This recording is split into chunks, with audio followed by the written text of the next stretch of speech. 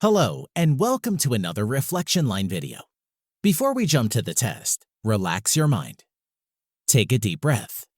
And now, imagine. You have been on a long waiting list to adopt a child.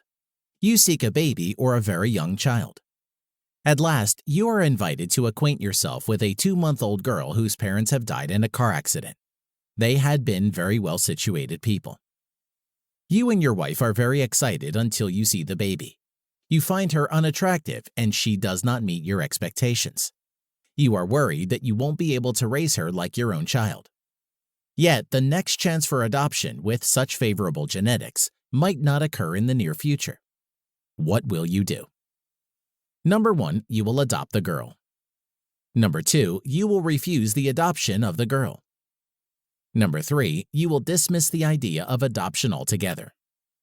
Number 4, you will meet with the baby a few more times until you are ready to make the final decision.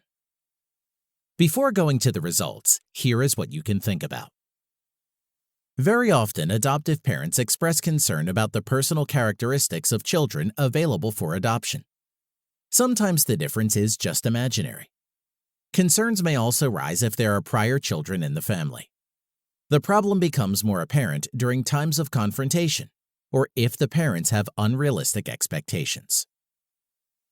Remember that, in reality, the choice is not limited to variants, options, or typical spheres of life as it appears in our tests. It is multidimensional and diverse. If you choose to adopt the girl, you are ready for any complications in the process of realization of your goal. You can successfully handle the moment of imbalance between expectations and result. To you, the process is more important than the result of your activity. If you choose to refuse the adoption of the girl, you are a perfectionist. The balance between expectations and results is very sensitive for you. The result is more important to you than the process. Relax and enjoy. If you choose to dismiss the idea of adoption altogether, you are very anxious about personal responsibility and prefer to deny your goals in order to avoid responsibility. Everything you do perfectly, until the moment when you start to lose control over it. Then, you refuse further actions because you are not sure you can manage. If you choose to meet with the baby a few more times until you are ready to make the final decision, you are very sensitive and anxious about the situation of uncertainty, and do not take responsibility if you are doubtful.